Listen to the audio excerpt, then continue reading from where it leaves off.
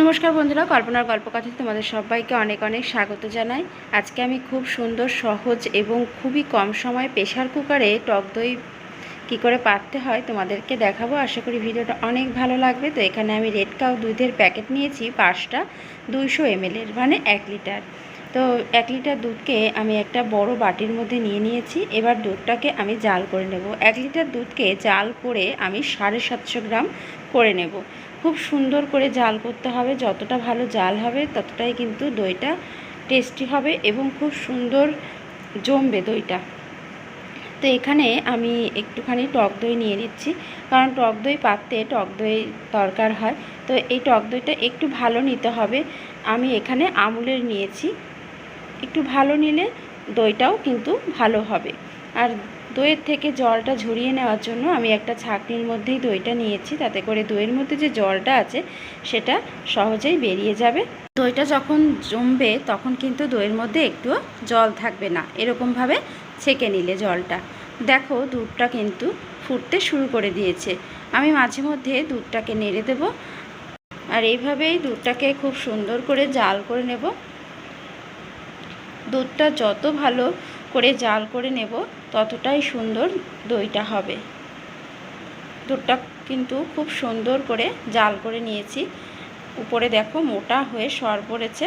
তো দুধটা জাল হয়ে গেছে, আমি ঠান্ডা করে নেব এবার, যেন আমি একটা আঙ্গুল ডুবিয়ে বেশ কিছুক্ষণ রাখতে পারি,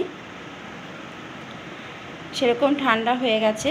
এবারে আমি টক দইটা একটা বাটিতে নিয়ে নিচ্ছি, আর দেখো দইয়ের থেকে কতটা জল বেরিয়েছে।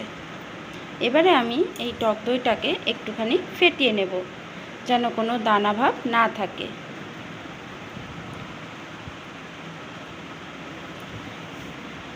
খুব সুন্দর করে ফেটিয়ে নিচ্ছি টক দইটাকে। ফেটানো হয়ে গেছে, দেখো একটু কিন্তু দানা ভাব নেই। এবারে এটাকে আমি দুধের সাথে খুব সুন্দর করে মিশিয়ে নেব। দিয়ে দিচ্ছি দুধের মধ্যে, ভালো করে মিশিয়ে নেব।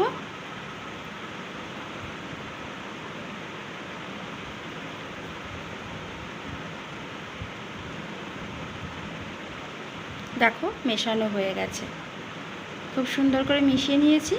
এবারে আমি এখানে একটা প্রেশার কুকার নিয়ে নিয়েছি। এবারে আমি যে বাটির মধ্যে দইটা বসাবো সেই বাটিটা প্রেশার কুকারের মধ্যে বসিয়ে দিলাম, দিয়ে আমি দুধটাকে ঢেলে দিচ্ছি।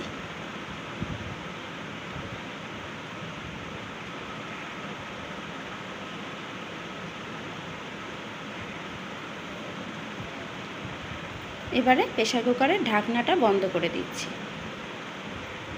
প্রেশার কুকারের ঢাকনাটা বন্ধ করে দিয়েছি। এবারে আমি একটা জায়গাতে সাইড করে রেখে দেব, যেন কোনো রকম নড়াচড়া না পড়ে। এভাবেই রেখে দেব 2 ঘন্টা।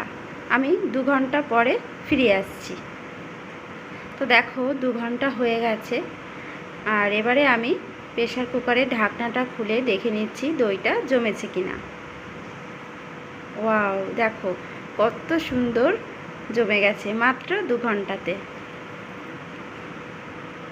কত কম সময়ে জমে গেছে। আমি বাটিটা একটু নাড়িয়ে তোমাদেরকে দেখাচ্ছি কতটা সুন্দর জমেছে। দেখো একটুও কিন্তু জল কাটেনি দইটা থেকে।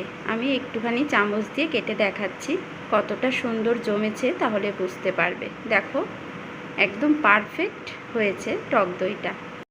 কত কম সময়ে কত সুন্দরভাবে জমেছে দইটা, দেখতেই পাচ্ছ। আমি যেরকমভাবে কেটেছি দইটা ঠিক সেরকমভাবেই কিন্তু রয়েছে, একটুও কিন্তু জল ছাড়েনি দইটা থেকে।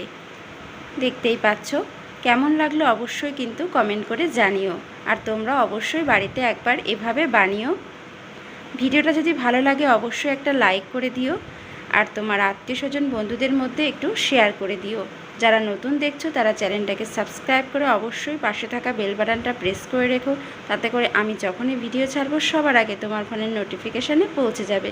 সবাই ভালো থেকো, সুস্থ থেকো। দেখা হবে এরকমই নতুন ভিডিওর সাথে। ততক্ষণে সবাইকে টাটা।